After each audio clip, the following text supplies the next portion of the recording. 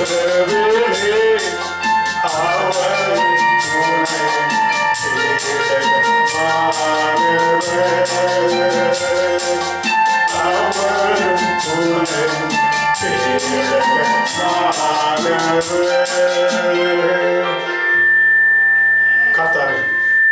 நீர் நல்லவர் என்பதை நாங்கள் ருசித்து பார்க்க ஆவியானவர் எண்ணங்கள் சிந்தனைகள் எல்லாவற்றையும் வார்த்தைக்கு நேராக திருப்பும்படியாக ஆவியானவர் என்று அழைக்கிறோம். வார்த்தை மூலமாக பேசும் வார்த்தை எங்கள் வாழ்க்கையை அன்றை கட்டி எழுப்பட்டும்.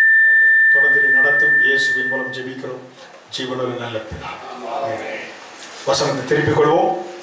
சங்கீதம் 34 அதிகாரம் வசனம் 8.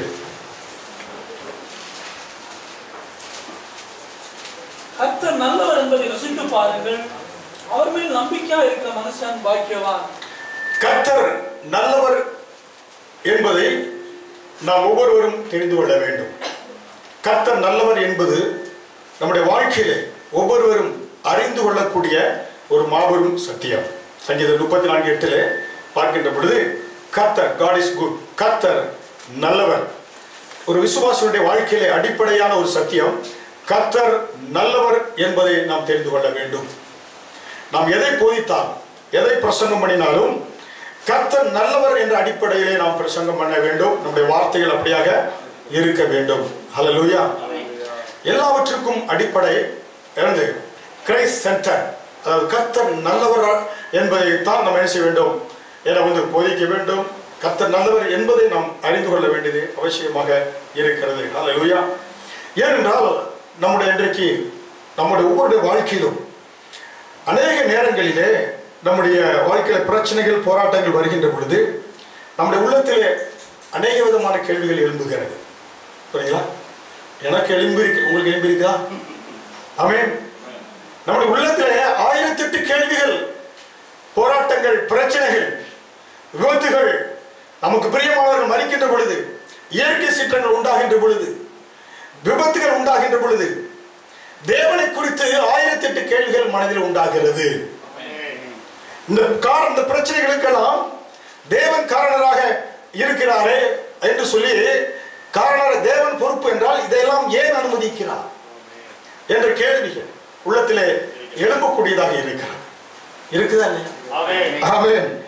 ஏனென்றால் அப்படிப்பட்ட நேரங்களிலே இந்த பிரச்சனை போராட்டங்களை இவர் அனுமதிக்கிறாரோ, இவரை நாம் நம்பலாமா, இவரை ஆராதிக்கலாமா, இல்ல வேற கடவுளை நம்பலாமா என்ற கேள்விகள் என்ன உண்டாகிறது, மனதில் உண்டாகக்கூடியதாக இருக்கிறது. ஆமென். அதனால நம்முடைய வாழ்க்கையில சத்தியத்தின் மூலமாக நாம் தெரிந்து கொள்கின்ற பொழுது கர்த்தர் எப்படிப்பட்டவர் என்று நாம் தெரிந்து கொண்டோம் என்றால், வாழ்க்கையில் நடக்கக்கூடிய பிரச்சனைகள் போராட்டங்களுக்கு தேவன் தான் பொறுப்பா இல்ல சத்துரு தான் பொறுப்பா என்பதை நம்ம தெரிந்து கொள்ள முடியும். ஹல்லேலூயா. அப்படி என்றால் நம்முடைய வாழ்க்கையில இருக்கக்கூடிய இந்த ஆசீர்வாதங்களை, தேவன் கொடுக்கிற ஆசீர்வாதங்களை, தேவன் கொடுக்கிற ஆசீர்வாதங்கள், கொடுத்த ஆசீர்வாதங்களை தக்க வைத்துக் கொள்ள வேண்டும் என்றால் நம்முடைய உள்ளத்திலே தேவனை குறித்து அறிவு இருக்க வேண்டும். தேவன் எப்படிப்பட்டவர் என்ற அறிவு உள்ளத்தில் இருக்க வேண்டும். தேவன் இந்த காரணம் இந்த பிரச்சனைக்கு பொறுப்பானவரா என்பதை குறித்து நாம் அறிந்து கொள்ள வேண்டும். அதனால்தான் பார்த்தோம், இருக்கிறவர், இருந்தவர், வருகிறவர் என அவர் துதிக்கிறோம், போற்றுகிறோம், மகிழ்கிறோம். இருக்கிறவர் அவர் எப்படிப்பட்டவர், ஆதாமுக்கு எப்படிப்பட்டவராக இருந்தாரோ அதே போல இன்றைக்கு நமக்கும் இருக்கிறவராகவே இருக்கிறார். இருக்கிறவராக இருக்கிறார் என்றால், ஆதாம் பாவம் செய்தான், ஆதாம் மரிக்க வேண்டும், ஆதாமுக்கு பதிலாக ஒரு மிருகம் அடிக்கப்பட்டது. ஆதாமை ஆண்டவர் தப்புவித்தார். ஆதாமை எப்படி தப்புவித்தாரோ அதே இருக்கிறவராக இருக்கிறவர் ஆபிரகாமுக்கும் இருந்தார், இல்லை தாவீதுக்கும் இருந்தார், இன்றைக்கு நமக்கும் இருக்கிறவராகவே இருக்கிறார். அதான் தேவன் எப்படிப்பட்டவர் என்பதை நாம் அறிந்து கொள்ள வேண்டும். ஹல்லேலூயா. அப்படி என்றால் நம்முடைய ஆசீர்வாதத்தை என்ன செய்ய தக்க வைத்துக் கொள்ள முடியும், ஆசீர்வாதங்கள் இன்னும் அதிகமாக நாம் பெற்றுக்கொள்ள முடியும். அப்படி என்றால் யாத்திராகமம் 3வது அதிகாரம் 8வது வசனத்திலே அவர்களை எகிப்தியரின் கைக்கு விடுதலையாக்கவும் அவர்களை அந்த தேசத்திலிருந்து நீக்கி கானானியரும், ஏத்தியரும், எமோரியரும், பெரிசியரும், ஏபியரும், எபூசியரும் இருக்கிற இடமாகிய பாலும் தேன் ஓடுகிற நலமும் விசாலமான தேசத்தில் கொண்டு போய் சேர்க்கவும் இறங்கினேன். ஹல்லேலூயா. இங்கே பழைய ஏற்பாட்டு காலத்திலே ஆண்டவர் சொல்கிறார், தேவன் எதற்காக இறங்கி வந்தாராம்? அடிமைத்தனத்தில் இருக்கிற ஜனத்தை கானான் தேசத்திற்கு ஆசீர்வாதமான தேசத்திற்கு கொண்டு போய் சேர்ப்பதற்காக தேவன் இறங்கி வந்தார். அந்த தேசம் எப்படிப்பட்ட தேசம்? பாலும் நலமும் தேனும் ஓடுகிற நலமும் விசாலமான ஒரு தேசம். அன்றைக்கு அடிமைத்தனத்தில் இஸ்ரவேலருக்கு கர்த்தர் ஒரு விடுதலையான தேசத்துக்குள் அழைத்து கொண்டு போய் செல்வேன் என்று சொன்னார். இன்றைக்கு நம்ம கிறிஸ்தவ ஜீவியத்திலும் கிறிஸ்தவ ஜீவியம் எப்படிப்பட்ட ஒரு ஜீவியம்? பாலும் தேனும் ஓடக்கூடிய நலமும் விசாலமான ஒரு ஜீவியம். ஆமென். நாம் தரித்திரத்திலோ வறுமையிலோ வியாதியிலோ வாழ வேண்டும் என்று கர்த்தர் பிரியப்படவில்லை. ஆமென். தரித்திரத்தை கர்த்தர் நம்ம வாழ்க்கையில அனுமதிப்பது கிடையாது. அநேக நம்ம பெந்தகோஸ்தே பிரசங்கங்களும் போராட்டங்களும் கர்த்தர் பிரச்சனையை கொடுத்து நம்மளை திருப்புறாருங்க. கர்த்தர் நம்மள அப்படியே வாட்டி வதைக்கிறார். பிரச்சனை கொடுத்து என்ன செய்யறாரா? ஆண்டவர் திருப்புகிறார் என்று அநேக பிரசங்கங்கள் அப்படி இருக்கிறது. ஜனங்கள் நம்பிக்கொண்டு இருக்கிறார்கள். அல்லேலூயா. ஏனென்றால் பிரச்சனைகளை கொடுக்கிறவர் கர்த்தர் அல்ல. பிரச்சனைக்கு காரணம் கர்த்தர் அல்ல. ஆமென். விசுவாசத்தை தொடங்குகிறவரும் முடிக்கிறவரும் இயேசு. வேதம் சொல்லுகிறது. ஆமென். பிரச்சனையை தொடங்குகிறவரும் முடிக்கிறவரும் இயேசு அல்ல. ஆமென். விசுவாசம் கர்த்தர் மேலே விசுவாசம் வளர வேண்டும் என்றால் வார்த்தை, இந்த புத்தகம் என்ன சொல்லப்பட்டிருக்கு? அவர் நமக்கு என்னென்ன கொடுத்திருக்கிறார் என்று எழுதி வைத்திருக்கு. இந்த புத்தகம் இது ஒரு உயிர் புத்தகம். இதை படிக்க படிக்க விசுவாசம் வளர்கிறது. இந்த விசுவாசத்தை துவக்குகிறவர் யார்? இயேசு. முடிக்கிறவர் யார்? இயேசு. பிரச்சனை கொடுக்கிறவர் இயேசு அல்ல. பிரச்சனையை துவக்கி வைக்கிறவர் இயேசு அல்ல. வேதம் சொல்லுகிறது விசுவாசத்தை துவக்குகிறவர். ஆமென். அல்லேலூயா. நீ தெரிந்து கொள்ளணும், ஆண்டவர் பிரச்சனை அனுப்பி நம்ம திருப்புவதில்லை, விசுவாசத்தை துவக்குகிறவர் அவர், முடிக்கிறவர் அவர். பிரச்சனைக்கு காரணம் தேவன் அல்ல. ஆமென். அல்லேலூயா. அப்ப கிறிஸ்தவ ஜீவியத்திலே பாலும் தேனும் தங்கி விடுவதில்ல, ஓடக்கூடிய ஒரு வாழ்க்கை. பாலும் தேனும் ஓடக்கூடிய தேசத்தில் கொண்டு போய் சேர்ப்பதற்காக பழைய ஏற்பாட்டில் தேவன் இறங்கி வந்தார். புதிய ஏற்பாட்டில் இயேசு கிறிஸ்து நமக்காக பாலும் தேனும் ஓடுகிற விசாலமான ஆரோக்கியமான தேசம் இந்த பூமியிலே வாழ அவர் இறங்கி வந்தார். அல்லேலூயா. அப்ப தேவன் என்பது தேவன் பாருங்க, அவர் எப்படிப்பட்டவர்? ஒரு மனிதனாக்க போதும் அப்படி போதும் அப்படி கொடுப்போம். ஆனா தேவன் அப்படிப்பட்டவல்ல. நம்ம ஆண்டவர் சர்ப்ளஸ் எக்ஸஸ்னுடைய தேவன், போதுமானவற்றுக்கும் அதிகமாய் கொடுக்கக்கூடிய ஒரு தேவன் என்பதை நம்ம தெரிந்து கொள்ள வேண்டும். அல்லேலூயா. அப்ப நம்முடைய தகுதிக்கு ஏற்பட்ட அல்ல, நம்முடைய தகுதியை பார்த்த அல்ல, அவருடைய கிருபையினாலே ஆண்டவர் நமக்கு கொடுக்கிறார். ஆமென். கிருபையை கொடுக்கிறது விசுவாசம் பெற்றுக் கொள்கிறது. கிருபை அவர் கொடுக்கிறார். கிருபை தேவனிடத்தில் இருக்கிறது. அவர் கிருபையாக என்ன செய்கிறாரு? கொடுக்கிறார். நம்ம என்ன செய்ய முடியும்? விசுவாசத்தோடு அதை பெற்றுக் கொள்ள வேண்டும். அல்லேலூயா. அப்ப கிருபை கொடுக்கிறது. விசுவாசம் இல்லை என்றால் தேவன் கொடுப்பதை என்ன செய்ய முடியாது. ஆமா, தேவன் நல்லவர், அவர் நம்மை ஆசீர்வதிக்கிறார். விசுவாசத்தை நீட்டினா தான் கொடுக்கிறதை பெற்றுக் கொள்ள முடியும். பாருங்க, பல நாட்கள் வாழ்கிறோம், அவ்வளவு ஆரோக்கியத்தோடு வாழ்ந்து கொண்டு இருக்கிறோம். ஆமென். சுத்த கிருபை. எவ்வளவு பேர் கடந்த செவ்வாய்க்கிழமை கூட பார்க்க ஒரு சகோதரி 40 ஒரு முஸ்லீம் சகோதரி என்ன பொண்ணுலே டிரைவர்லேருந்து வருவாங்க. அவங்க சகோதரி மருத்துவமனை அட்மிட் பண்ணிட்டாங்க. ஒரு நாள் இரவு 11 மணிக்கு ஜெபிக்க போவாங்க. கடந்த செவ்வாய்க்கிழமை மரித்து போயிடுச்சு அந்த சகோதரி.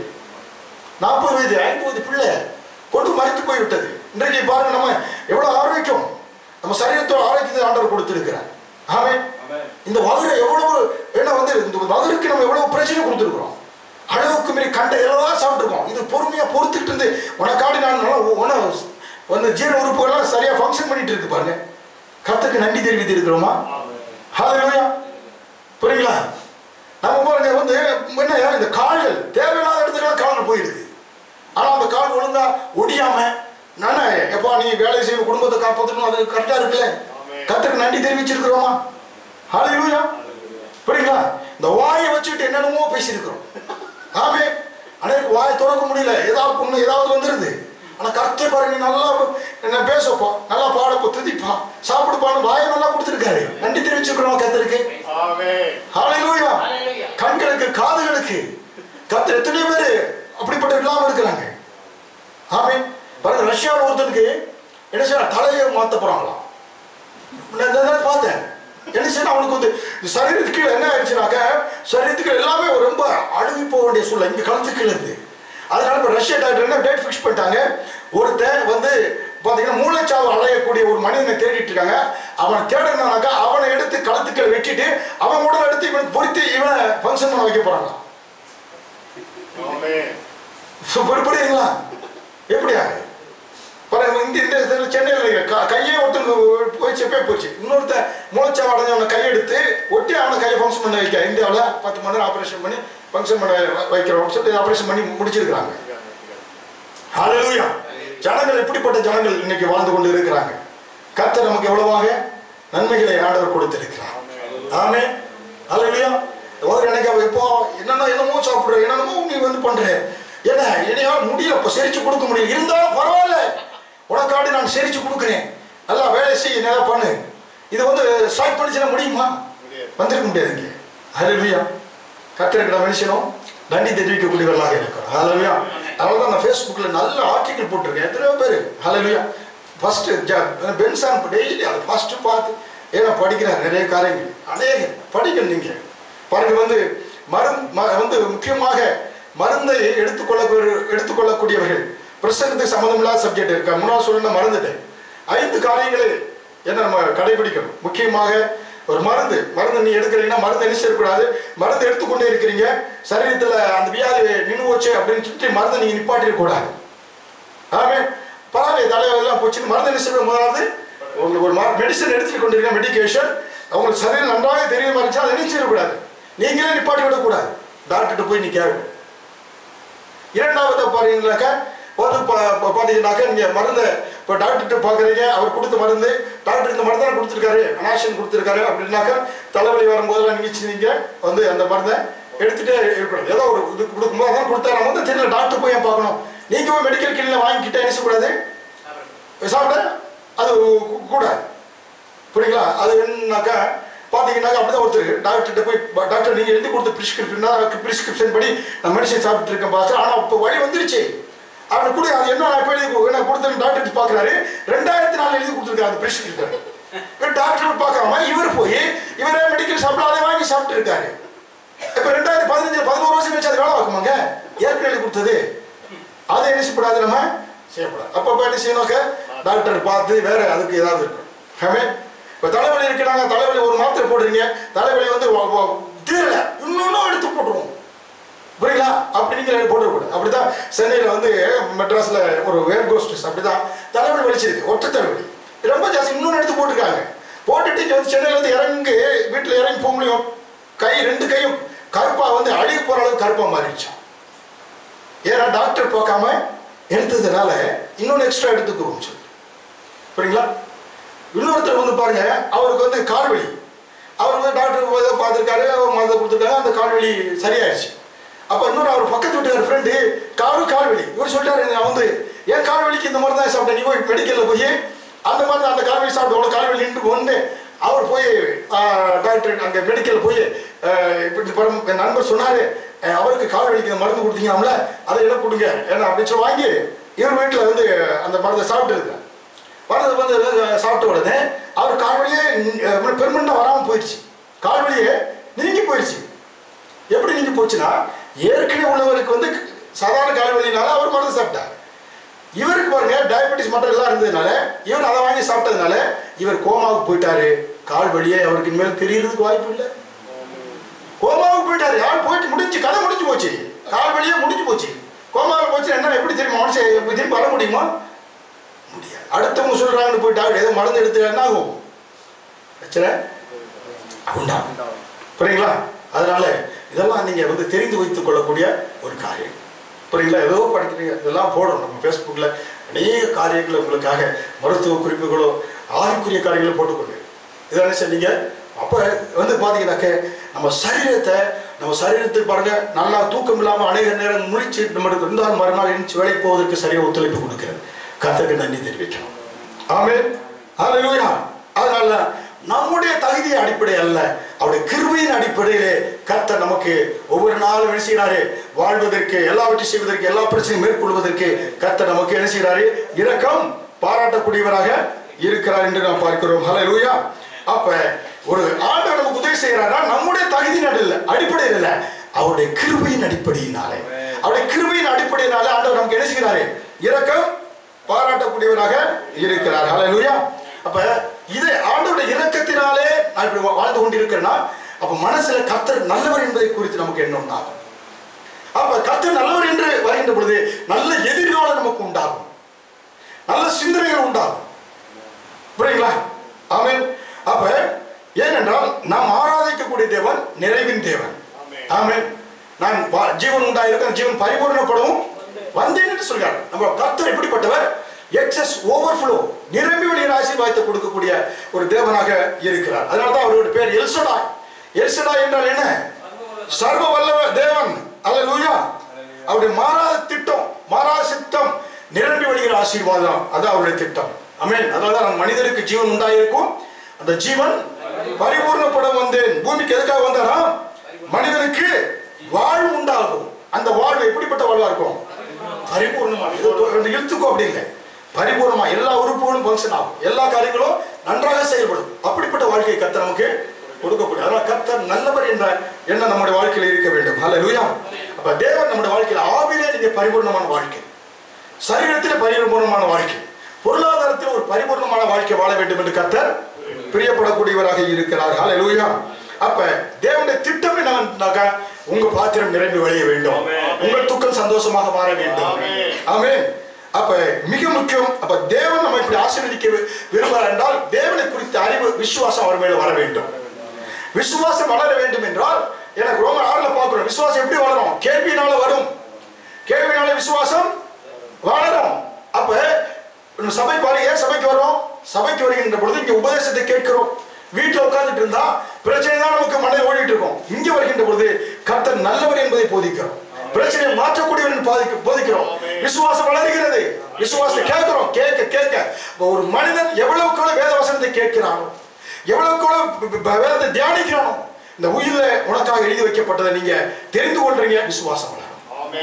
ஆமென். அப்ப தேவன் எப்படிப்பட்டவரை நம்ம வேதம் வாசிப்பதன் மூலமாக தெரிந்து கொள்ளக்கூடியவர்களாக இருக்கிறோம். அப்ப என்ன சொன்னாக்கா, ரோமர் 8:32 படி சத்தியத்தை, யோவான் 8:32 படி சத்தியத்தை அறிவில் சத்தியம் உங்களை விடுதலை ஆக்கும். ஆமென்.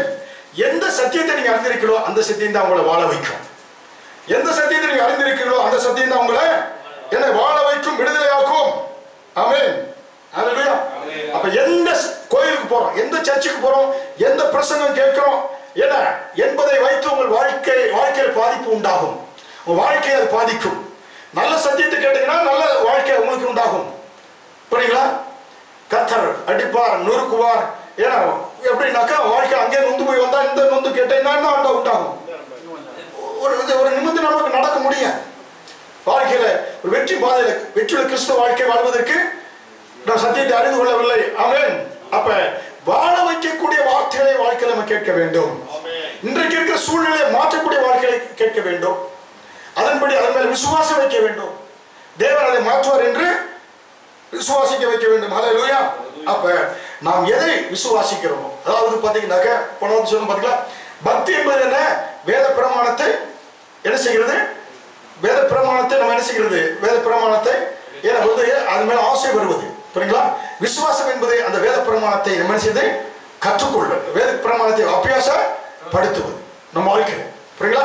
பக்தியான தேவன் மேல அவருடைய வேத பிரமாணங்களின் மேல ஒரு ஆசை உண்டாகிறது, அது பக்தி. ஆனா விசுவாசம் என்பது என்னன்னாக்க, அதை நம்முடைய வாழ்க்கையில அபியாசப்படுத்துவது. புரியுங்களா? அதான் அதை நம்முடைய நம்புவது, அதை நம்ம தெரிந்து கொள்ள வேண்டியது அவசியமாக இருக்கிறது. ஆமென். அப்ப முதலாவது நம்ம எண்ணங்கள் மாற வேண்டும். நீதிமொழிகள் 23:7 இருதயத்தின் நினைவோ அப்படி அவனும் இருக்கிறான். ஹல்லேலூயா. அப்ப உங்க இருதயத்தில் என்ன இருக்கோ அது உங்க வாழ்க்கையை மாற்றக்கூடியதா இருக்கிறது. நீங்க எதை கேட்கிறீங்களோ அது உங்க வாழ்க்கையை என்ன செய்யும்? மாற்றும். ஆமென். எதை மனசுல கேட்கிறீங்களோ அதன்படியாக உங்களுக்கு என்ன உண்டாகும்? வாழ்க்கை எதிர்காலத்தை அது நிர்ணயிக்கக்கூடியதாக இருக்கிறது. ஹல்லேலூயா. அப்ப வேதத்தை படிக்கின்ற பொழுது தேவன் சொல்கிறார், நான் பரிபூர்ண ஜீவனை உங்களுக்கு கொடுக்க விரும்புகிறேன். ஆமென். அப்ப இன்றைக்கு ஒரு பரிபூர்ணம் இல்லாம இருக்கீங்களா? இந்த தேவனை நோக்கி திரும்புகின்ற பொழுது, இந்த திசையை நோக்குகின்ற பொழுது, தேவன் சொன்ன வார்த்தை பெற திரும்புகின்ற பொழுது ஒரு பரிபூர்ண வாழ்க்கைக்குள்ளாக நீங்க திரும்புறீங்க. அந்த வெற்றியின் வாழ்க்கைக்குள்ளாக என்ன செய்றீங்க? திரும்புறீங்க. ஆமென். அப்ப வார்த்தையை கேட்கின்ற பொழுது நம் மனதும் என்ன செய்கிறது? அது விசுவாசிக்கணும், வாயும் பேசணும், வாழ்க்கை மாறக்கூடியதாக இருக்கிறது. ஹல்லேலூயா. அதனாலதான் நம்முடைய வாழ்க்கையில வேதத்தின் மூலமாக தெரிந்து கொள்ள முடியும் அநேக காரியங்களை. இன்னைக்கு வேதத்தில் ஒரு சில காரியங்கள், ஒரு சில வாழ்க்கையில நடந்த சம்பவங்கள் மூலமாக சில காரியங்களை நம்ம தெரிந்து கொள்ள வேண்டியது அவசியமாக இருக்கிறது. முக்கியமாக நம்ம பார்க்கின்ற பொழுது பாத்தீங்கன்னாக்க, யோபு ஒரு நல்ல ஒரு பக்தன். அவன் வாழ்க்கையில வந்து பாத்தீங்கன்னா குறைவு என்பதே கிடையாது. அவன் வந்து அன்றைக்கு பாத்தீங்கன்னாக்க அந்த இருந்த மாகாணத்துல ஒரு கவர்னரை போல இருந்தவன். புரியுங்களா? அந்த அளவுக்கு அந்தஸ்தாக அவன் இருந்த ஒரு வட்டாரத்திலே, அது ஒரு பெரிய மாகாணம். அப்படிப்பட்ட மாகாணத்தில் அவன் எப்படிப்பட்டவனா இருந்தான்? கவர்னர் அந்தஸ்துல இருக்கக்கூடியவனாக இருக்கிறான். ஊர் தேசத்துல அவன் எப்படிப்பட்டவனாக இருந்தான்? ஊர் தேசத்திலே யோபான் 1:1 யோபு 1:1 யோபு என்னும் பேர் கொண்ட ஒரு மனுஷன் இருந்தான். அந்த மனுஷன் உத்தமனும் சன்மார்க்கனும் தேவனுக்கு பயந்து பொல்லாப்புக்கு விலகுவனுமாய் இருந்தான். பாருங்க, அவன் வாழ்க்கையை பார்க்கும்போது 1, 2, 3 பார்த்தா 7 குமாரர்கள் 3 குமாரத்திகள். நல்ல குடும்பம் அவனுக்கு இருந்தது. பார்த்தீங்கன்னாக்கா அவனுக்கு 7000 ஆடுகள், 3000 ஒட்டகங்கள், 500 ஏர்மாடுகள், 500 கழுதைகள், மிருகஜீவன்கள் இருந்தது மற்ற திரளான பணிவிடைக்காரர்களும் இருந்தார்கள். ஆமென். அப்ப அன்றைக்கு இருந்த அந்த கிழக்கத்திய புருஷர்களே ஒரு பெரிய மனுஷனாக, பெரிய அந்தஸ்துள்ளவனாக இருந்தான். யாரு? யோபு இருந்தான். ஹல்லேலூயா. பாருங்க, அவன் வாழ்க்கையில செல்வந்தனாக இருந்தான், சமுதாயத்தில் பெரிய மனுஷனாக இருந்தான். ஆமென். அவனுடைய அவன் குடும்பம் ஆவிக்குரிய குடும்பம், அவன் குடும்பமாக இருந்தது என்று நம்ம இதில் பார்க்கிறோம்.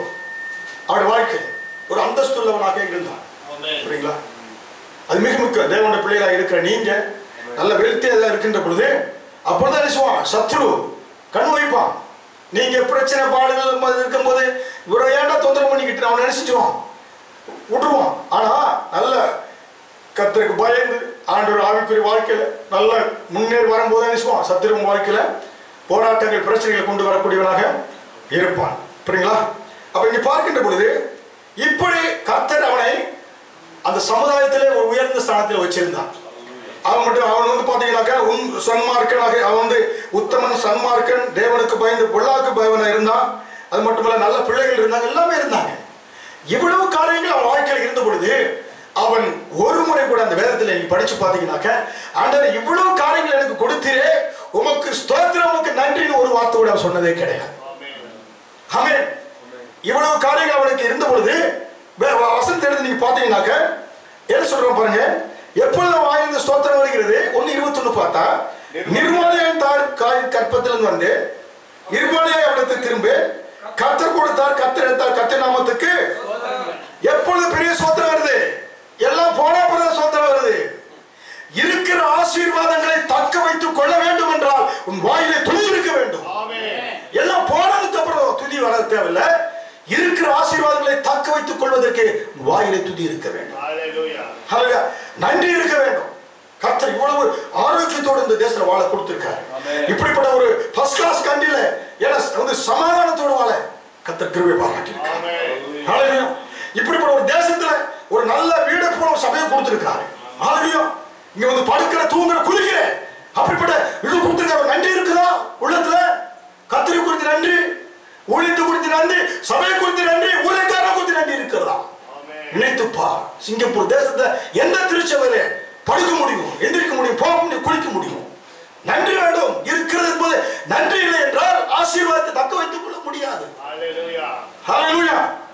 ஆமென். ஹல்லேலூயா. அப்ப இவன் வாழ்க்கையில பார்க்கின்ற பொழுது, இதெல்லாம் பார்க்கின்ற பொழுது யோபுடைய வாழ்க்கையில இருக்கிற போது ஸ்தோத்திரம் வரல, எல்லாம் போன அப்புறம் என்ன வருகிறது? ஸ்தோத்திரம் வருகிறது. ஹல்லேலூயா. இப்ப நம்முடைய வாழ்க்கையில நன்றி உள்ளவர்களாக இருக்க வேண்டும். ஆமென். நன்றி, தேவனுக்கு நன்றி. நம்ம எப்பொழுதும் நன்றி உள்ளவராக இருந்தால் இருக்கிற ஆசீர்வாதங்களை செய்ய முடியும், தக்க வைத்துக் கொள்ள முடியும். ஹல்லேலூயா. இப்ப என்ன செய்ய பாருங்க, நம்முடைய ஆண்டவர் நிறைவின் தேவன். நான் ஜீவன் உண்டாயிருக்கும் பரிபூர்ணப்பட வந்தேன். ஹல்லேலூயா. ஆண்டவர் பாருங்க, யாருடைய அவர் வந்து ஜீவனை கொடுக்கிறவர், ஜீவனை எடுப்பவர் இல்லை. அவன் திருடன் வேலை. யோவான் 10:10 திருடன் கொல்லவும் வருகிறான், அழிக்க வருகிறான். புரியுங்களா? இயேசு கிறிஸ்து, பிதா, குமாரன், பரிசுத்த ஆவியானவர் 3 பேரும் ஒருவராக இருக்கிறார்கள். ஆமென். அவன் பிரிக்க முடியாது.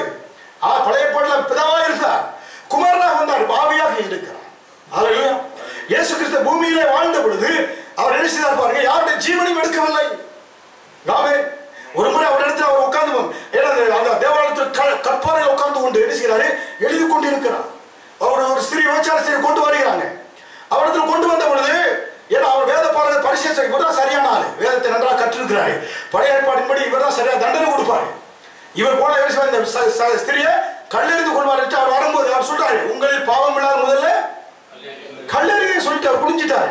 ஆமென். ஒருவேளை இயேசு கல்லெறிந்து கொள்ளணும்னாக்க இந்த பூமியில ஒரு மனுஷன் தப்ப மாட்டாங்க, எல்லாரும் பாவிகள், ஒரு ஆள் கூட உயிரோடு இருக்க முடியாது. தேவன் அன்பாகவே இருக்கிறார். இந்த வார்த்தை பொய்யாய் போய்விடும். நான் ஜீவன் கொடுக்க வந்தால் பறிகொடுப்ப இந்த வார்த்தை பொய்யாய் போய்விடும். ஹல்லேலூயா. அதனாலதான் இயேசு இந்த பூமியில வாழ்ந்த பொழுது ஒருவருடைய உயிர் எடுக்கல. அவர் அங்கங்க ஆயிரக்கணக்கான அற்புதம் செஞ்சாரு. ஆனா 3 வாலிபர்களை நறுக்கன் உயிரோடு எழுப்பினார். அதை தான் நறுக்கன் எழுதி வச்சிருக்கிறாங்க. அப்படி 3 வாலிபர்களை உயிரோடு எழுப்பின தேவன் யோபுடைய 7 பிள்ளைகளையும் வாலிபர்கள் அவர்களை கொண்டிருப்பாரா? தேவன் கொண்டிருப்பாரா? 3 பெண் பிள்ளைகள் அவர்களை கொண்டிருப்பாரா? தேவன் கொள்ளவில்லை. ஆனா இவன் என்ன சொல்றான்? கர்த்தர் கொடுத்தாரு, கர்த்தர் எடுத்துட்டாரு. கர்த்தருக்கு சோதரம். ஆமென். இவன் ஒரு பெரிய பரிசுத்தவன் மாதிரி, தேவன் இவரை காட்டில் ஒரு இன்னொருத்தர் மாதிரி, கொடுங்கோலன் மாதிரி அவர் பேசக்கூடியவராக இருக்கிறார். ஹல்லேலூயா. நம்முடைய ஆசீர்வாதங்களை தக்க வைத்துக் கொள்ள வேண்டும் என்றால் எப்பொழுது நம்ம வாழ்க்கையில் என்ன இருக்கணும்? துதி இருக்க வேண்டும். ஹல்லேலூயா. அப்ப பாருங்க, இவன் வாழ்க்கையில தேவனை குறித்து ஒரு பிக்சர் வந்துருச்சு. ஆமென். இது இப்போ எல்லாம் இதுவும் போச்சு, இன்னும் இருக்கிறது போட்டோம் எல்லாம் போட்டு சொல்லிட்டு மனசுல என்ன உண்டாகிறது? ஏன்னா என்ன உண்டாக இருக்கிறது என்று நம்ம பார்க்கிறோம். ஹல்லேலூயா. அப்ப பாருங்க, இந்த வெறுமை, இந்த உலகத்துல வெறுமை, வறுமை தலைவிரித்தாடக்கூடிய இந்த உலகத்திலே தேவனுடைய பிள்ளைகளாக இருக்கிற நாம் சத்தியத்தை முதல்ல தெளிவாக தெரிந்து கொள்ள வேண்டியது அவசியமாக இருக்கிறது. ஹல்லேலூயா. கர்த்தர் நல்லவன் என்று சொன்னா வாழ்வின் பக்கமா நிற்கிற கர்த்தர் என்ன சொல்றதுல பொழைச்சிட்டு இருக்காரு, இன்னும் பிரச்சனை கொடுப்பாரு, பாடுகள் வழிதான் என்ன நடத்துவாருன்னா மரணத்தின் பக்கமாய் நின்று கொண்டு இருக்கிறாய். மரணமே வா வா என்று அழைத்துக் கொண்டு இருக்கிறாய். ஹல்லேலூயா. கர்த்தர் நல்லவர் என்று சொன்னா உன்னை சுற்றி ஒரு வேலை இருக்கிறது. அந்த வேலை ஓட்டையிடாம ஸ்ட்ராங்காக நிற்கும். கர்த்தர் அனுமதிக்கிற சொன்னா வேலையை ஓட்ட விடுவோம். சத்ரு எல்லாத்தையும் செஞ்சுட்டு கர்த்தரேன்னு சொல்லிட்டு இருப்பேன், சத்ரு எல்லாத்தையும் அழித்து விடுவான். ஆமென். ஹல்லேலூயா. அப்போ பாத்தீங்கன்னாக்க இந்த நம்முடைய வாழ்க்கையில கர்த்தர் செய்யக்கூடிய ஒவ்வொரு நன்மைகளையும் அவரை நினைத்து நம்ம என்ன செய்யணும்? அவருக்கு நன்றி தெரிவிக்கக்கூடியவர்களாக இருக்க வேண்டியது அவசியம். ஹல்லேலூயா. ஏன்னா பிசாசானவன் யாரை விழுங்கலாம் என்று வகை தேடி சுற்றி கொண்டிருக்கிறான். யாரை கொஞ்சம் ஆண்டவர் பக்தர்கள் இருந்தால் உன்னை விழுத்தட்டுவதற்காக காத்து கொண்டிருக்கிறார். அதனால அந்த பேர் சொல்றாரு, விசுவாசிகள் சொல்றாரு, பரதேசிகளுக்கு எழுதுறா பாருங்க. ஏன்னா அவங்க விசுவாசிகள் தான் சொல்றாரு, நீங்க விழிப்போடு இருக்கிற யாரை விழுங்கலாம், நீங்க ஏப்பசா பேர் தான் உங்க விழுங்கிடுவான், அப்படி இருக்காதீங்கிறாரு. ஆமென். விழுங்கிடுவான் சத்ரு, எதிர்த்து நில்லுங்க. ஆமென். ஹல்லேலூயா. அதனாலதான் கர்த்தர் குறித்து எப்பொழுது மனசுல இருக்கணும். ஹல்லேலூயா. நம்முடைய வாழ்க்கையில ஆண்டவரே நீ கொடுத்த ரட்சிப்புக்காக ஸ்தோத்திரம், நீ கொடுத்த வாழ்க்கைக்காக ஸ்தோத்திரம், நீ கொடுத்த குடும்பத்திற்காக ஸ்தோத்திரம். ஆமென். இப்படி நம்ம ஜெபம் இருக்கு. அப்பதான் ஆசீர்வாதங்களை மனுஷ முடியும், தக்க வைத்துக் கொள்ள முடியும். ஹல்லேலூயா. எவ்வளவு பெரிய பணக்காரங்க, எவ்வளவு பெரிய சினிமா நடிகர், எவ்வளவு காரங்க, அவங்களோட வாழ்க்கை வாழ முடியாம தற்கொலை பண்ணிக்கிறான். பணம் இருக்கு, பேர் இருக்கு, புகழ் இருக்கு, ஆனா அவனால எழுத முடியல, நிம்மதியாக வாழ முடியவில்லை, சமாதானம் இல்லை. ஹல்லேலூயா. ஏனென்றால் பரிபூர்ண ஆண்டவரை குறித்து அவனுக்கு அறிவு இல்லை, அதனால வாழ்க்கை போயிடுச்சு. ஆமென். கர்த்தரை குறித்த அறிவு நமக்கு உண்டாக வேண்டும். ஹல்லேலூயா. ஏனென்றால் இந்த உலகத்துல மனசாட்சி இல்லாத உலகத்தில் வாழ்ந்து கொண்டிருக்கிறோம். ஆமென். மனசாட்சி இல்லாத உலகத்தில் வாழ்ந்து கொண்டு இருக்கிறோம். ஹல்லேலூயா. கர்த்தர் சொன்னதை செய்யக்கூடிய ஆண்டவர் நம்முடைய ஆண்டவர். ஹல்லேலூயா. சுகபலன் ஆரோக்கியத்தை கொடுப்பேன் என்று சொன்னா ஆண்டவர் கொடுத்து கொண்டே இருக்கிறார். ஹல்லேலூயா. பாருங்க, தூங்குறோம், நைட்டு தூங்குறோம், காலையில எந்திப்போம் நமக்கு நிச்சயம் இல்லை, ஆனா காலையில் எந்திக்கிறோம். ஆமென். வேலை போறோம், திருப்பி வருமா நமக்கு நிச்சயம் இல்லை. ஹல்லேலூயா. வெள்ளிக்கிழமை பாருங்க, சிங்கப்பூர்ல நிறைய ஆக்சிடென்ட், காலங்காலத்துல பெரிய ஆக்சிடென்ட் 3 இடத்துல. நான் சாயங்காலம் சரி அப்படின்ட்டு சாயங்காலம் வீட்டுக்கு நாலு சிஸ்டம் போய் கொண்டு இருக்கிறோம். 11:45 போயிட்டான், டாக்ஸிக்காரன் பஸ்காரன் மோதிட்டான். ஆனால் டாக்ஸி டிரைவர் ஆம்புலன்ஸ் தூக்கிட்டு போனான். கணக்கு எதிராக பார்க்குறோம். இவ்வளவு போனா திரும்பி வரும் நமக்கு நிச்சயம் இல்லை. ஆமென். ஆனா கர்த்தர் என்ன செய்றாரு? ஹல்லேலூயா. இன்னைக்கு அதனாலதான் கர்த்தருடைய கிருபை நினைக்காதனாலதான் நம்ம என்ன செஞ்சு விட்டுருவோம். ஆகா இதெல்லாம் சர்வசாதாரணமா கிடைக்குதுன்னு சொல்லிட்டு என்ன செய்யறோம்?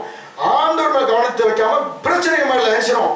பிரச்சனை கொடுப்பதன் மேலாக கவனத்தை வச்சு பிரச்சனை அள்ளி விட்டுட்டே இருக்கோம். கர்த்தர் நல்லவர் என்று சொன்னாராக்கா நம்ம என்ன செய்வோம்? அவருக்கு நன்றியை தெரிவித்துக் கொண்டே இருப்போம். ஹல்லேலூயா. நல்லவர். ஹல்லேலூயா. நல்லா சுவாசிக்கிறோம், நன்றாக மனுஷரும் சாப்பிடக்கூடியவர்களாக இருக்கிறோம். ஹல்லேலூயா. இதெல்லாம் கர்த்தருடைய தயவு, கர்த்தருடைய கிருபை. ஆமென்.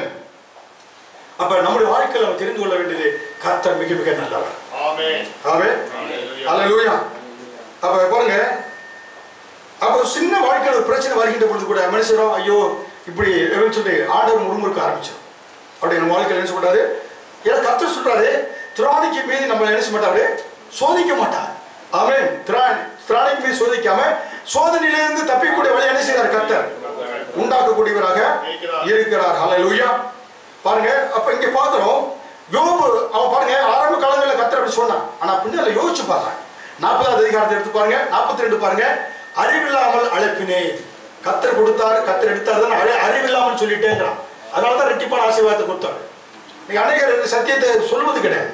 அவன் என்ன செய்யறாங்க, சிநேகிதர்களுக்கா ஜெபிச்சான், அதனால ரெட்டிப்பான, அது முக்கியம் இல்லை. அவன் சொன்னான் நான் அறிவில்லாமல் அழைப்பினேன், அறிவில்லாமல் பேசிட்டு ஆண்டவரே சொன்னதுனாலதான் கர்த்தர் வாயை பொத்துனதுனாலதான் கர்த்தர் ரெட்டிப்பான ஆசீர்வாதத்தை அவனுக்கு கொடுத்தாரு. ஹல்லேலூயா.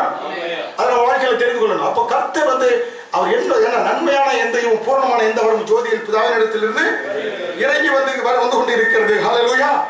அப்ப நம் வாழ்க்கையில ஆசீர்வாதங்கள் தக்க வைத்துக் கொள்ள வேண்டும் என்றாலும், ஆறாக ஆசீர்வாதங்கள் வர வேண்டும் என்றாலும் நாம் கர்த்தரை துதிக்க வேண்டும். ஆமென். அப்ப துதிக்கின்ற பொழுது நம்ம சுற்றி அந்த கோட்டை அரணாக கோட்டையாக பலப்படும். சத்துரு என்ன செய்ய முடியாது, நுழைய முடியாது. ஹல்லேலூயா. உபாகமம் 28:47 உபாகமம் 28:47 பக்கம் 259 சகலமும் பரிபூர்ணமாய் இருக்கையில் நீ மனமகிழ்ச்சியோடும் களிப்போடும் உன் தேவனாய கர்த்தரை சேவையாமல் போனது நிமித்தம் சகலமும் குறைபட்டு பட்டினியோடும் தாகத்தோடும் சகலமும் குறைபட்டு பட்டினியோடும் தாகத்தோடும் நிர்வாணத்தோடும் கர்த்தர் உனக்கு விரோதமாய் அனுப்பும் சத்துருக்களை சேவிப்பாய். அவர்கள் உன்னை அழித்து தீரும் மட்டும் இருப்பு நுகத்தடியை உன் கழுத்தின் மேல் போடுவார்கள். கர்த்தர் இஸ்ரவேல் ஜனங்களை குறித்து சொல்கிறாரு, சகலமும் பரிபூர்ணமாய் இருக்கையில் நீ என்னை துதிக்கவில்லை என்றால், உன் இருதயத்தில் நன்றி இல்லாமல் இருக்கவில்லை என்றால் என்ன செய்வாய்? உன் முகத்திலே கழுத்திலே போடுவார்கள். ஹல்லேலூயா. பாருங்க, கர்த்தர் சொல்கிறாரு, நீ உபச்சாரம் செய்ய வேண்டாம், வேசித்தனம் பண்ண வேண்டாம். ஆனால் உன் வாழ்க்கையிலே உன் ஆசீர்வாதத்துக்கு ஊற்றுக்காரனாய் இருக்கிற கர்த்தரை நீ சேவிக்கவில்லை என்றால், கர்த்தரை நீ நினைக்கவில்லை என்றால் அதனுடைய முடிவு எச்சரிக்கையா இருக்கும் என்று கர்த்தர் சொல்லுகிறார். ஆமென். ஹல்லேலூயா. அதனால தாவீதுடைய வாழ்க்கையில பார்க்கிறோம், தாவீது வாழ்க்கையில விபச்சாரம் செய்தான், கொலை செய்தான். ஆனாலும் அவன் என்ன செய்தான்? தேவனுடைய சங்கீதம் 51 கர்த்தர் சமூகத்தில் வந்து விழுந்தாங்க. பாவம் செய்தான், கொலை செய்தான். ஆனால் கர்த்தர் சமூகத்தில் வந்து விழுந்த பொழுதுதான், அது போல அவன் கர்த்தருடைய தாசன், எனக்கு இருதயத்து கேட்ட தாசன் சொல்றாரு. அதுக்கப்புறம் அவன் பாவம் செஞ்சு கர்த்தர் சமூகத்தில் விழுந்ததுக்கு அப்புறம் மீண்டும் அது போல ஒரு தப்ப உயிரோடு இருக்கிறவரை அவன் செய்யவில்லை. ஆமென். ஹல்லேலூயா. அதனால அவன் கர்த்தரை துதிக்கக்கூடியவனா மாறினான். கர்த்தரை ஏதோ தவறி விட்டான், தடுமாறி விட்டான். ஆனால் நன்றி நிறைந்த ஒரு உள்ள கர்த்தரை துதிக்கக்கூடியவனாக இருந்தான். யார் இருந்தான்? ஆமென். உங்க வாழ்க்கையில் தவறு நடக்கலாம், பிரச்சனைகள் நடக்கலாம். ஆனால் உங்க உள்ளத்திலே கர்த்தர் சமூகத்தில் வந்து விழுந்து எந்திக்க கூடாது. அவங்க அறியாமல் பாவசிட்டா வந்து நிற்க வேண்டிய இடம் கர்த்தருடைய சமூகம். ஏனென்றால் அவர் நெறிந்த நாளிலே முடியாதவர், மங்கிற திரி அணையாதவர். அந்த ஆண்டவர் நம்முடைய ஆண்டவர். அதான் கர்த்தருடைய சமூகத்தில் ஓடி வந்து விட வேண்டும். ஹல்லேலூயா. அப்ப வருகின்ற பொழுது உங்க இருதயத்தில் கர்த்தருக்கு மரியாதை, அந்த அன்பு என்ன செய்யும்? இன்னும் அவரை கட்டி எழுப்பும், உங்களை சுற்றி ஒரு வேலையை இன்னும் பலப்படுத்தக்கூடியவர்களாக இருக்கிறீங்க. லேவியாகமம் 26:13 நீங்கள் எகிப்திற்கு அடிமைகளாக இராதபடிக்கு நான் அவர்கள் தேசத்திலிருந்து உங்களை புறப்பட பண்ணி உங்கள் நுகத்தடிகளை முறித்து உங்களை நிமிர்ந்து நடக்க பண்ணின உங்கள் தேவனாகிய கர்த்தர் நான். லேவியராகமம் 26:13 நீங்கள் எகிப்திற்கு அடிமைகளாக இராதபடிக்கு நான் அவர்கள் தேசத்திலிருந்து உங்களை புறப்பட பண்ணி உங்கள் நுகத்தடிகளை முறித்து உங்களை நிமிர்ந்து நடக்க பண்ணின உங்கள் தேவனாகிய கர்த்தர். யாத்திராகமம் 12:10 படிக்கிறது.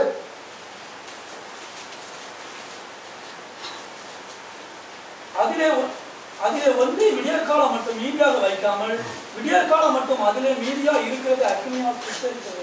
சரி, அவர்கள் நீங்கள் எகிப்திற்கு அடிமைகளாக இராதபடிக்கு நான் அவர்கள் தேசத்தில் உங்களை புறப்பட பண்ணி உங்கள் நுகத்தடிகளை முறித்து உங்களை நிமிர்ந்து நடக்க பண்ணினேன். 430 வருடம் நிமிர்ந்து நடக்க முடியல. 430 அடிமைகளாக இருந்தார்கள். நிமிர்ந்து நடக்க முடியாது. ஏன்னா பார்வோன் அவருக்கு அதிபதியாக இருந்தான். புரியுங்களா? நிமிர்ந்து நடக்க முடியாதற்கு அந்த அளவுக்கு கேவலமாக நடத்தினான் 430 வருடம். யாரே? இஸ்ரவேல் ஜனங்களை பார்வோன். ஆமென். அவர்களை அடிமைத்தனத்திலிருந்து நிமிர்ந்து நடக்க செய்தது அந்த பஸ்கா ஆட்டுக்குட்டியுடைய ரத்தம். ஆமென். இஸ்ரவேல் ஜனங்கள் பொன் வெளியே பார்க்கலாம். இஸ்ரவேல் ஜனங்கள் என்ன செய்யலாம்? பொன் வெளியே பார்க்கலாம், அணிய முடியாது. ஆமென். நல்ல ட்ரெஸ் பார்க்கலாம், அணிய முடியாது. ஆமென். வீட்டுல தங்கலாம், வீடு அவனுக்கு சொந்தம் இல்லை, பார்வோனுக்கு சொந்தம். ஆமென். நல்ல சாப்பாடை பார்க்கலாம், சாப்பிட முடியாது. யாருக்கு? அது பார்வோனுடைய அடிமைகளாக இருந்தார்கள். நிமிர்ந்து நடக்க முடியவில்லை. ஆமென். அப்ப கழுத்துல ஏதாவது போடலாம், ஏங்கினா போட முடியாது, ஏங்கி கொண்டு இருந்தார்கள். அப்படி இருந்த ஜனங்களை கர்த்தர் நினைத்தாரு, தலை நிமிர்ந்து நடக்க செய்தார். 430 வருடமா இருந்த ஜனங்களை நுகத்தடி நினைத்தாரு, முறித்தார். ஹல்லேலூயா. ஆண்டவர் 430 பஸ்கா ஆட்டுக்குட்டி அடிக்கப்பட்ட பொழுது இந்த 430 வரை எதை அனுபவிக்க வேண்டுமோ, இவனுக்கு எவ்வளவு பொருளாதாரத்துல இவனுக்கு இவன் சம்பாதிச்சிருந்தா, இவன் சேர்த்து வச்சிருந்தா, எல்லாவற்றையும் வட்டி முதலோடு கூட கர்த்தர் எதிர்த்து புடுங்கி வாங்கி கொடுத்தாங்க. ஆமென். போய் கேளு.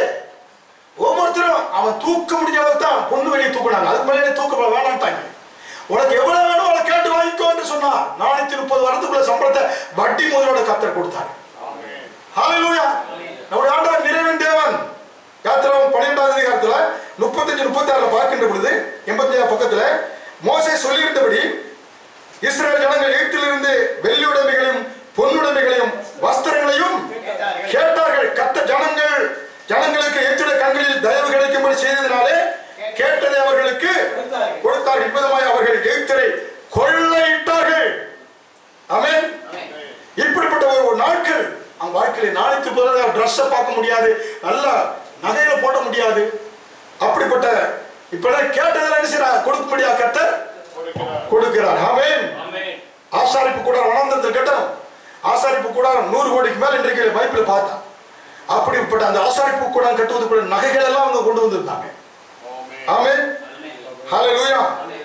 அது மட்டுமல்ல, சங்கீதம் 105:37 அவர்கள் கோத்திரங்களில் ஒருவன் கூட கிட்டத்தட்ட 30 லட்சம் ஜனங்கள், அதுல பலவீனப்பட்டவன் ஒருவர் கூட இல்லை. ஹல்லேலூயா. பாருங்க, பலவீனப்பட்ட ஒருத்தர் 430 வருஷமா எங்க அப்பாவுக்கு டயபெட்டிஸ் இருந்துச்சு, எங்க தாத்தாக்கு இருந்துச்சு, எனக்கு இருக்கு, என் பிள்ளைக்கு வரும். இந்த 430 வருஷமா என்ன குரோனிக்கல் டிசீசஸ், அதாவது வாழையடி வரக்கூடிய ஒரு நோயா இருந்தாலும் சரி, இதுவரை இருந்த நோய் இனிமேல் நோய் இல்லை. அப்படிப்பட்ட ஒரு சரீரத்துல சுகத்தையும் தெய்வீக சுகத்தையும் தெய்வீக ஆரோக்கியத்தையும் கர்த்தர் கொடுத்தாரு. இருக்கிற நோயை நீக்கினாரு, இனி நோய் இல்ல. கோத்திரங்கள் ஒருவன் கூட பலவீனப்பட்டவர் இல்ல. அப்படிப்பட்ட ஆசீர்வாதத்தை யார் கொடுத்தாரு? ஆண்டவர் இஸ்ரவேல் ஜனங்களுக்கு கொடுத்தார். ஆமென். அப்ப கர்த்தர் இவ்வளவு வியாதியை நீக்கிட்டாரு, பொண்ணு வெளியே கொடுத்துட்டாரு, வேளாவளைக்கு மணி அடிச்சா சோறு மாதிரி எல்லாருக்கும் தண்ணி வந்து இறைச்சி காட்டும் எல்லாவற்றையும் என்ன செய்தார்? அவர்களுக்கு கொடுத்தார். ஆமென். ஆண்டவர் இவ்வளவு நன்மைகள், இவ்வளவு காரியங்களையும் ஒரு தகப்பன் தோளிலே சுமந்து கொண்டு வருவது போல கர்த்தர் சுமந்து கொண்டு வந்தார். பகலிலே மேகஸ்தம்பம், இரவிலே அக்கினி ஸ்தம்பம், இவ்வளவு காரியங்களையும் கொடுத்து கர்த்தர் 11 நாள்ல போயிடலாம். இவங்க கீழ்ப்படியாத நிமித்தம், இவங்களுடைய பிரச்சனை நிமித்தமாக அவர்களை 40 வருஷம் சுத்த விட்டாரு. வரும்போது 40 வருஷமும் அவங்க ஒரு காரியத்துக்காக ஏங்க அவன் கர்த்தர் விடல. அப்படி இருக்கின்ற பொழுது ஒரு முறையாவது, ஒரு நாளாவது, ஒரு நிமிஷம் அவன் வாயிலிருந்து துதி வரவே இல்லை. இஸ்ரவேல் ஜனங்கள் வாயிலிருந்து இவ்வளவு நன்மைகள் இருக்கின்ற பொழுது நீ கர்த்தரை துதிக்கவில்லை என்றால் அந்நிய நுகத்தடி உண்மையில் விழும் சொன்னாரு. ஆமென். நம்முடைய வாழ்க்கையில் இவ்வளவு ஆசீர்வாதங்கள் இருக்கின்ற பொழுது கர்த்தரை செய்யணும், துதிக்கணுங்க. ஹல்லேலூயா. ஆமென். வெயிலின் அருமை நிழலில் தான் தெரியும். ஹல்லேலூயா. சபை இல்லாம எங்கனாச்சும் போய் 2 மணி நேரம் உட்கார்ந்து சபை நடத்தும் போது இந்த சபையோட அருமை உனக்கு தெரியும். ஹல்லேலூயா. ஆமென். சபையில அப்படியே பார்த்து தமிழ் அங்க ஒச்சிட்டு போறீங்க போல சேர் எடுத்து வச்சு போடாம போறது, அதனால வந்து சரி பண்ணிக்கணும், நினைத்து பார்க்கணும். கர்த்தர் இந்த தேசத்துல, அந்நிய தேசத்துல, இந்த வரும்போது தேசத்துல கம்பி கட்டில படுத்து கிடங்க 10 நாள் உட்கார்றதுக்கு எங்க இடம் இல்லை, ஏஜென்ட் படிக்க போட்டுருந்தான். அப்படி இன்னைக்கு அப்படி இல்லை. நமக்கு கர்த்தருக்கு நன்றி உள்ளவர்களாக இருக்க வேண்டும். ஹல்லேலூயா. ஏனாகம் 11:4 பின்பு அவர்களுக்குள் இருந்த பல ஜாதியான அந்நிய ஜனங்கள் மிகுந்த இச்சுள்ளவர்களானார்கள். இஸ்ரவேல் புத்திரரும் திரும்ப அழுது, நமக்கு இறைச்சி பொசிக்க கொடுப்பவர் யார்? ஆமென். பொதுவாக பொம்பளை தான் அழுவாங்க, இங்க புருஷங்க அழுகுறாங்க சாப்பாட்டுக்கு இறைச்சின்னு சொல்லிட்டு. எவ்வளவு கேவலம் பாத்தீங்களா? ஆமென். ஹல்லேலூயா. ஆம்பளையால் சின்ன ஆம்பளை முதற்கொண்டு கிளம்பு முதற்கொண்டு அழுது கொண்டு இருக்கிறாங்க இறைச்சியிலேன்னு சொல்லி. 5ஆம் வசனத்துல நாம் எகிப்திலே கிரயம் இல்லாமல் சாப்பிட்ட மச்சங்களையும் வெள்ளரிக்காய்களையும் கொம்மட்டிக்காய்களையும் கீரைகளையும் வெங்காயங்களை வெள்ளை பூண்டுகளையும் ஆமென் சிரிப்பது அழுதாத்தில் ஆம்பளையால் அழுது கொண்டு இருக்கிறான் இறைச்சியிலே. ஹல்லேலூயா. ஆமென். கர்த்தர் நல்லவர். ஹல்லேலூயா. கர்த்தர் சொல்கிறார், நன்றியுள்ள இருதயம் இருந்தால் கர்த்தர் செய்த நன்மைகளை ஆமென் நினைத்து பார்ப்போம். ஹல்லேலூயா. அப்ப ஒரு பஸ்காட்டு குட்டினால் அவர் மீட்கப்பட்டார்கள். ஆமென். ஹல்லேலூயா. யோபு ஒரு நல்ல மனுஷன் தான், ஆனா அவனுடைய மண்டையில கர்த்தர் நல்லவர் என்பது குறித்து ஒரு காரியம் இல்லாமல் போய்விட்டது. ஆமென். அவர் தான் எடுத்தார், அவர் தான் கொடுத்தாருன்னா. ஆமென். அதே போல இங்க இஸ்ரவேல் ஜனங்கள் எங்க வாழ்க்கை அவங்க கர்த்தரை குறித்து அவர்களுக்கு என்ன இல்லை, நன்றி இல்லை. ஆமென். அப்ப நம்முடைய வாழ்க்கையில் எப்பொழுதும் ஆண்டவர் செய்த நன்மைகளை நினைத்து அவருக்கு நம்ம என்ன செய்ய வேண்டும், துதிக்க வேண்டும். ஹல்லேலூயா. அப்ப கர்த்தர் மேலே மனதை செலுத்து. கர்த்தர் நல்லவர், நல்லவராய் அவர் நேற்று என்றும் மாறாதவர். நன்மையான இந்த பூர்ணமான என்ற ஒரு ஜோதிகர் பிதாவின் இடத்திலிருந்து இறங்கி வந்திருக்கிறது. ஹல்லேலூயா. இன்னொரு மனுஷனை பார்க்கிறோம் பாருங்க. அவன் வாழ்க்கையில லூக்கா 15:11 பின்பு இயேசு சொன்னார், ஒரு மனுஷனுக்கு 2 குமாரர்கள் இருந்தார்கள். அவர்கள் இளையவன் தகப்பனை நோக்கி, தகப்பனே, ஆஸ்தியில் எனக்கு ஒரு வாரம் பங்கு எனக்கு தர வேண்டும் என்றால் அந்தபடி அவன் பங்கிட்டு கொடுத்தான். பின்பு இளைய மகன் எல்லாவற்றையும் சேர்த்து கொண்டு தூரதேசத்துக்கு புறப்பட்டு போய் அங்கே துன்மார்க்கமா ஜீவனம் பண்ணி தன் ஆஸ்தியை அழித்து போட்டான். பாருங்க, இங்க பாக்குறோம், ஒரு தகப்பனாருக்கு 2 பிள்ளைகள் இருக்கிறார்கள். அது இளைய என்ன செய்யணும், தகப்பனிடத்துல தகப்பனே சொத்தெல்லாம் நினைச்சு பிரி, 2ஆ பிரி, வெட்டு பிரி, சொத்தை கழிச்சு கொடு. புரியுங்களா? அவன் வீட்டுல எந்த குறையுமே இல்லை. தகப்பன் நல்ல ஒரு செழிப்பானவன். அவன் வீட்டுல ஏதாவது குறை இருந்துச்சா, எப்பா அப்பாட்ட ஏதாவது கேட்டு அப்பா அங்க குறைவில்லைன்னு வேதனை பார்க்கும். அவன் வீட்டுல எல்லாமே நிறைவாகி இருக்கிறது.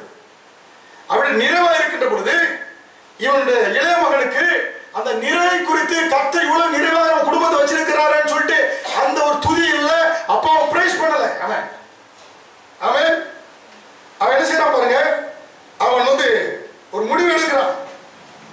எல்லாம் ஏராளமான ஐஸ்வர்யம் இருக்கிறது, ஆனால் தவறான ஒரு முடிவு அவன் என்ன செய்யறான், எடுக்கிறான். அப்பா இடத்துல, அப்பாவே சொத்தை 2ஆ பிரி.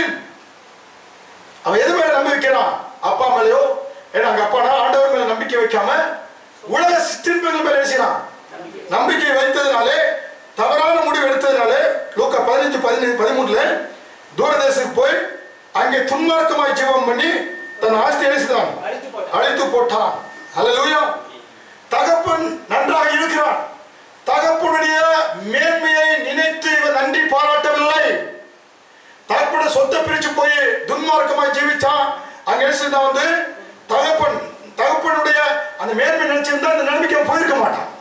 சகவன் நன்மையா இருக்கின்ற பொழுது அதை நினைத்து துதிக்காம தவறான முடிவு எடுத்ததுனால என்ன செய்தான் பாருங்க, அவன் என்ன செய்தான், அந்த தேசத்தில் பஞ்சம், கொடிய பஞ்சம் வந்த பொழுது அவன் என்ன செய்தான் பாருங்க, பன்றிக்கு போடக்கூடிய தவிடு கூட அவனுக்கு கிடைச்சல, அதுவும் கொடுக்க மாட்டேன்ட்டாங்க.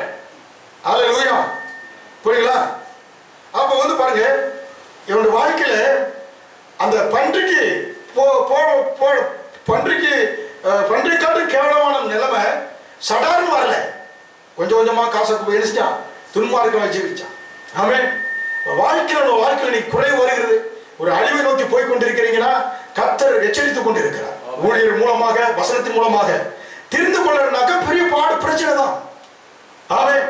அதை விட்டு நீ ஊழியக்காரன் ஊழியத்தையும் சபைக்கு வர முடிய ஆத்மாக்களை செஞ்சுட்டு இருந்தாக்கா படுகொலையில் தான் போய் விழுவீங்க. ஹல்லேலூயா. இது கர்த்தர் எச்சரித்துக் கொண்டிருக்கிறார். ஹல்லேலூயா. தெளிவா நான் சொல்றேன், ஆண்டவர் சொல்றதா சொல்லிக் கொண்டிருக்கிறேன். தெரிந்து கொள்ளுங்கள். தெரிந்து கொள்ளுங்கள் என்றால் படு பாதாளத்தில் விழுந்த எந்திரிக்க முடியாதுங்க. உங்களை நம்பி குடும்பங்கள் இருக்கிறது. ஹல்லேலூயா. அதனால ஆண்டவர் எச்சரித்துக் கொண்டிருக்கிறார். இங்க இளையகுமாரன் பார்க்கிறோம், சந்தோஷமா இருக்கின்ற நேரத்தில் பெற்ற தகப்பனை நினைத்த என்ன செய்யல, நன்றி தெரிவிக்கவில்லை. ஹல்லேலூயா. அவன் என்ன ஒரு தேசத்தில் குடியிருத்து போய் ஒட்டி கொண்டான். அங்கே பன்றி மேய்க்கிற அந்த வேலை அவனுக்கு கிடைச்சு. அதுல அந்த பன்றி மேய்க்கிற தவிடு கூட அவனுக்கு கிடைக்கவில்லை. ஹல்லேலூயா. லூக்கா 15:17 பார்க்கின்ற பொழுது, லூக்கா 15:17 அவனுக்கு புத்தி தெளிந்த போது அவன், என் தகப்பனுடைய கூலிக்காரர் எத்தனையோ பேருக்கு போர்ச்சின சாப்பாடு இருக்கிறது, நானும் பசியினால் சாகிறேன். பாருங்க, நம்முடைய ஆண்டவர் எப்படிப்பட்டவர். கூலிக்காரனு கூட நல்லதை கொடுக்கிற நம்முடைய ஆண்டவருங்க. ஹல்லேலூயா. கூலிக்காரனு கூட அவனுடைய வேலைக்கு தக்கன அவனுக்கு சம்பளத்தை கொடுத்து அவனை கவனிக்கக்கூடிய நம்முடைய கர்த்தர். இங்க தகப்பன் என்பது ஆண்டவரை குறிக்கிறது. கூலிக்காரனு கூட நல்லது கொடுக்கிற எனக்கு அது கூட கிடைக்கல. ஆமென். அப்ப நம்ம உள்ளத்திலே வந்து ஏதோ ஒரு குறை இருக்கிறது. அதை நம்ம என்ன செய்யணும்? சரி பண்ண வேண்டும். அதை சரி பண்ணிட்டு கர்த்தரை துதிக்க வேண்டும். அல்ல இருதயத்தோடு ஆண்டவரை துதிக்க வேண்டும். ஹல்லேலூயா. ஏன்னா நம்ம போயிட்டு அப்ப என்னை இப்படி நடத்திட்டாரு ஆண்டவர், என்ன வந்து பிரச்சனையில மாட்டி விட்டுட்டாருன்னு சொல்லவே கூடாது. ஆமென். அந்த கர்த்தருடைய ஆசீர்வாதங்கள் நம்ம வாழ்க்கையிலே வருவதற்கு தடை நிறைய காரியங்கள் இருக்கு. ஒன்று, மனம் திரும்பாத வாழ்க்கை. இரண்டாவதாக என்ன வாழ்க்கை? கனி கொடுக்காத ஒரு வாழ்க்கை. மூன்றாவது, பரிசுத்தம் இல்லாத வாழ்க்கை. நான்காவதாக எப்படிப்பட்ட வாழ்க்கை? புரோஜனமற்ற ஒரு வாழ்க்கை. நமக்கு புரோஜனம் இல்லை, அடுத்தவங்களுக்கும். இதெல்லாம் கர்த்தருடைய ஆசீர்வாதம் வருவதற்கு தடையாக இருக்கிறது. ஹல்லேலூயா. லூக்கா 15:20 தகப்பனே, பரத்துக்கு விரோதமாகவும் உமக்கு விரோதமாகவும் பாவம் செய்தேன், இனிமேல் உம்முடைய குமாரன் என்று சொன்னான் பாத்திரன். ஹல்லேலூயா. பாருங்க, இங்க பாக்குறோம். இங்க வந்து பாருங்க, அவன் என்ன சொல்றான்? பாவம் செய்தா கூட நன்றி இல்லாத இருதயத்தோடு இருக்கிறான். புரியுங்களா? நன்றி இல்லாத இருதயம் அநேக பாவங்களுக்கு, நான் பாருங்க, நன்றி இல்லாத இருதயம் அநேக பாவங்களுக்கு நம்ம வழி நடத்தும். நன்றியுள்ள இருதயம் அநேக பாவங்களுக்கு நம்மை தப்பு வைக்கும். புரிஞ்ச பிள்ளை ஒரு அல்லேலூயா சொல்லி. அல்லேலூயா. அப்ப நன்றி எப்பொழுது இருக்கின்ற பொழுது, தேவனை குறித்து நன்றி கிருபை இருக்கின்ற பொழுது, அதான் பஸ்ல எங்க போனாலும் கர்த்தரை குறித்து தூய்ச்சு கொண்டே இருந்தா அந்த பஸ் ஆக்சிடென்ட் ஆகாதுங்க உங்க நிமித்தமா. ஆமென். தேவ பிரச்சனை அங்க சூழ்ந்து கொண்டோம். நன்றி இருதயத்தோடு நம்ம இருக்க வேண்டும். ஹல்லேலூயா. அப்ப வந்து இரவும் பகலாக கர்த்தர் நம்மளை சுற்றி ஒரு அரண் இருக்க வேண்டும் என்றால் ஆண்டவர் இரவும் பகலாக அவருக்கு நன்றி உள்ளவர்களாக நம்ம இருக்க வேண்டும். ஹல்லேலூயா. ஆமென். லூக்கா 15:22 அப்பொழுது தகப்பன் தன் ஊழியக்காரன் நோக்கி, நீங்கள் உயர்ந்த வஸ்திரத்தை கொண்டு இவனுக்கு உடுத்தி இவனுக்கு மோதிரத்தையும் கால்களுக்கு பாதரட்சையும் போடுங்கள், கொளுத்த கன்றை அடிங்கள். புரியுங்களா?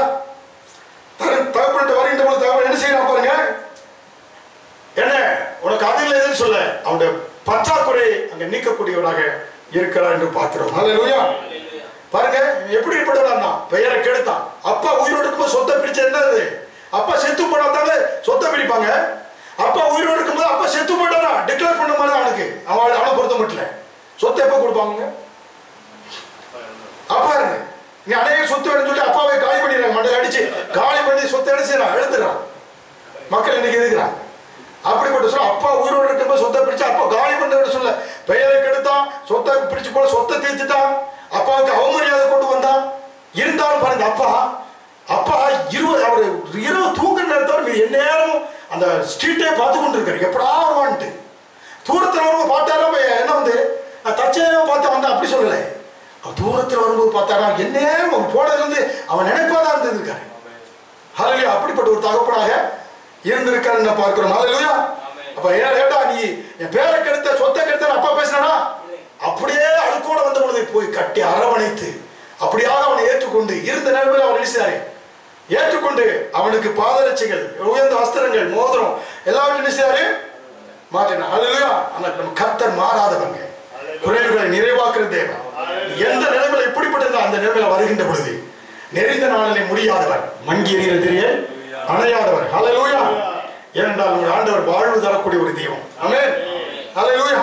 சங்கீதம் 103 அதிகாரத்துல வசனம் 1 முதல் 2 பார்க்கின்ற பொழுது சங்கீதம் 103 அதிகாரம் வசனம் 1 ஸ்தோத்திரி, முழுவதுமே அவருடைய பரிசுத்த நாமத்தை ஸ்தோத்திரி. என் ஆத்துமாவை கர்த்தரை ஸ்தோத்திரி, கர்த்தர் செய்த சகல உபகாரங்களை மறவாதே. இங்கே தாவீது தன்னுடைய அற்பமான வாழ்க்கை குறித்து நினைத்து பார்க்கிறான். ஆமென். அற்பமான வாழ்க்கையை நினைத்து குறித்து ஈசாய்க்கு தாவீதோட தகப்பனாக ஈசாய்க்கு எத்தனை பேர் தாவீது வீட்டுல ஒரு நேரம் சாப்பாடுக்கு எத்தனை பிளேட் போடணும்? 10 பிளேட். 8 பிள்ளைகள் 2 தாயும் தகப்பனும். புரியுதா? அப்ப ஒரு ஆடு, ஒரு பணக்காரனா ஆடு மேய்க்க போயிருக்க மாட்டான். ஒரு ஏழ்மையான ஒரு குடும்பம் ஆடு மேய்க்கிற ஒரு குடும்பம். அவன் என்ன சொல்றான் பாருங்க, அவன் கர்த்தர் அந்த அவனோட ஆதி நிலைமையில இருந்த ஏழ்மையான இருந்த நிலைமை நாட்கள்ல கர்த்தர் செய்த நன்மைகளை அவன் நினைத்து பார்த்து, என் ஆத்துமாவே கர்த்தரை ஸ்தோத்திரி, என் முழுவதுமே வாழ்வு கொடுத்த கர்த்தரை சொல்றான். அடுத்த கர்த்தரை துதிப்போம், அடுத்த கூட மறந்துடுவான். தன் ஆத்மாவை குறித்து சொல்றான். ஏ ஆத்மாவை நீ மறந்துடாத, உனக்கு அவ்வளவு நன்மையை செஞ்சிருக்கிறான்னு சொல்லி ஆத்மாவை பார்த்து பேசுறாங்க தாவீது. ஆமென். தொடர்ந்து அடுத்த 3வது வசனத்தை படிக்க விட. அவரும் அக்கிரமங்களை எல்லாம் மன்னித்து நோய்கள் எல்லாம் குணமாக்கி பிராணனை அழிவுக்கு விலக்கி விட்டு. பாருங்க, நன்றி உள்ள இருக்கணும். 4வது வசனம் படிங்க. பிராணனை கல்லறைக்கு விலக்கி வீட்டு நன்மையினாலும் இரக்கங்களாலும் முடிசூட்டி நன்மையினாலும் வாயை திருப்தி ஆகுகிறார். கழுகுக்கு சமானமாய் உன் வயதிற்கு. பாருங்க, பரதேச ஒன்றுமில்லாம பரதேசியா வாழ்ந்த நாட்களை நினைவு கூர்ந்து தாவீது எழுதினான். ஒண்ணுமில்லாம இருந்தேன், ஆடுகள் பிள்ளால போயிட்டு இருந்தேன். ஆடு மேய்க்க மேற்க சட்டை போட்டு இருக்காது, டவுசர் போட்டு இருப்பான், ஒரு குச்சி வச்சுட்டு இருவான். அப்படிப்பட்ட கர்த்தரை துதிக்கிறான், துதிக்க ஆரம்பிக்கிறான். இப்படிப்பட்ட ஆளை ஆடு மேய்த்துக் கொண்டிருந்தவனை ஒரு அரசனாக உயர்த்தினீரே. பரதேசியாக இருந்த நாட்களை நினைத்து பார்த்து ஆத்மாவே கர்த்தரை ஸ்தோத்திரி, முழுவதுமே அவர் நாமத்தை ஸ்தோத்திரி, ஏன்னா அவர் நன்மைகளினால் உன் வாயை திருப்தியாக்குகிறார். ஆமென். அதனாலதான் கர்த்தர் சவுலை தள்ளி, சவுலுக்கு அந்த நன்றி உள்ள இருதயம் இல்லை, ராஜாவாய் சவுலுக்கு. அப்போஸ்தலர் 13:22 பின்பு தேவன் சவுலை தள்ளி தாவீதை இருதயத்தை கேட்டவனாக கண்டார். சவுலும் பாருங்க, சவுலுடைய வாழ்க்கையும் அவனும் அப்படி தாவீது போல ஒரு குடும்பம் தான். ஆனா அவன் வாழ்க்கையில் என்ன இல்லை, நன்றி இல்லை. அல்லேலூயா. சவுல் பென்யமீன் கோத்திரம் 1 சாமுவேல் 9:21 பார்க்கின்ற பொழுது, ஆனால் சிறிய கோத்திரம் தான். கழுதையை தேடி போனவனை கர்த்தர் அரசனாக மாற்றினார். ஆனா அவருடைய இருதயத்துல நன்றி உள்ள இருதயம் கிடையாது. ஆமென். 1 சாமுவேல் 13:13 புத்தியீனமா செய்து சாமுவேல் சொல்றான், சவுலை தள்ளும்போது கர்த்தருக்கு சங்கடமா தெரிஞ்சு துக்கமா இருந்தது. ஆமென். ஆனால் சவுலுடைய இருதயத்துல நன்றி உள்ள இருதயம் இல்லை. ஆனா தாவீது சொல்றான், பரதேசியா இருந்த நாட்கள், ஏழ்மையா இருந்த நாட்கள் பார்த்து என் ஆத்மாவே கர்த்தரை ஸ்தோத்திரி என்று சொல்லுகிறான். கர்த்தர் கொடுத்த ஆசீர்வாதங்களை தக்க வைத்துக் கொள்ள வேண்டும் என்றால் எப்பொழுதும் துதி வாயில் இருக்க வேண்டும், எப்பொழுதும் ஸ்தோத்திரம் வாயில் இருக்க வேண்டும். ஹல்லேலூயா. எல்லாம் போன பிறகு எடுத்துக்கோ, அப்படி ஸ்தோத்திரம் இல்லை, இருக்கிற தக்க வைத்துக் கொள்ளணும். அவர் எடுக்கிறவர் அல்ல, கொடுக்கக்கூடியவர். ஆமென். தேவன் என்ன செய்ய. ஹல்லேலூயா. அதனாலதான் சத்தியத்தை, ஏன்னா நன்மையான இந்த ஈவும் பூர்ணமான இந்த வரும் ஜோதியின் பிதாவின் இடத்திலிருந்து பொல்லாங்கினால் ஒருவரை அவர் சோதிப்பவர் அல்ல. ஆமென். தேவன் நேற்று என்று மாறாதவர். தேவன் அன்பாகவே இருக்கிறார். கிறிஸ்துவ ஜீவன் பாலும் தேனும் ஓடுகிற ஒரு தேசம். அதுல போய் கொண்டு சேர்ப்பது தான் இயேசு கிறிஸ்து பூமிக்கு இறங்கி வந்தார். கர்த்தர் நல்லவர் என்ற மனதில் இருக்கும். ஆண்டவர் செய்த ஒவ்வொரு நன்மைகளுக்காக நன்றி சொல்லணும். ஆமென். ஒவ்வொரு வாழ்வுக்காக நன்றி சொல்லணும். ஒவ்வொரு தேசத்தில் வைத்ததுக்காக நன்றி சொல்லணும். இந்த சபையை வைத்ததுக்காக நன்றி சொல்லணும். அவன் நல்ல உறுப்புகளை கொடுத்திருக்கிறேன் அதுக்காக நன்றி சொல்லணும். நல்ல குடும்பத்தை கொண்டு கொடுத்திருக்கிற அதுக்காக நன்றி சொல்லணும். நல்ல மனைவியை கொடுத்திருக்கீங்க, நல்ல பிள்ளைகளை கொடுத்திருக்கீங்க, அதற்காக ஆண்டவருக்கு என்ன செய்யணும், நன்றி சொல்லணும். நன்றியுள்ள இருதயம் நமக்கு வருகின்ற பொழுது கர்த்தருடைய ஆசீர்வாதங்களை தக்க வைத்துக் கொள்வோம். ஆமென். ஹல்லேலூயா. தாவீது போல எப்பொழுதும் ஆத்மாவே கர்த்தரை ஸ்தோத்திரி, என் முழுவதுமே ஆத்மாவை பார்த்து சொல்றாரு. ஆமென். ஏனென்றால் நன்மையினால் இப்பொழுது வாய் என்ன செய்யறாரு, திருப்தி ஆக்கிறார். ஹல்லேலூயா. பிராணனை என்ன வியாதிகளுக்கும் கொள்ளை நோய்க்கும் அவர் செய்யறாரு, விலக்கி பாதுகாக்கக்கூடியவராக இருக்கிறார். ஹல்லேலூயா. அக்கிரமங்களை எல்லாம் என்ன செய்யறாரு, மன்னிக்கிறாரு. ஹல்லேலூயா. நோய்களை எல்லாம் குணமாக்குகிறார். ஹல்லேலூயா. அதான் நம்முடைய தேவன். எழுந்திருப்போமா? கர்த்தர் நல்லவர் என்பார்.